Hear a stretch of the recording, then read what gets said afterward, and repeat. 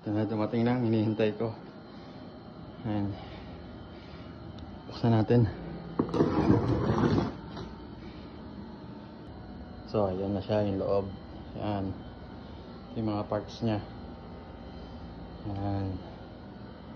So, ayan na siya. Bubuin na lang natin siya. Bubuin na lang.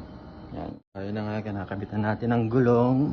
Pero pinunasan pa kasi, kaya medyo Ayan, kakabitan natin ang gulong niya. Ayan.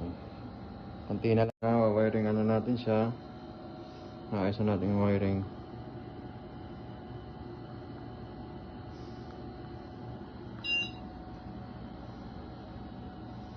Ayan, power on pa lang siya. Power off. Hindi pa tapos. Anin ko pa yan.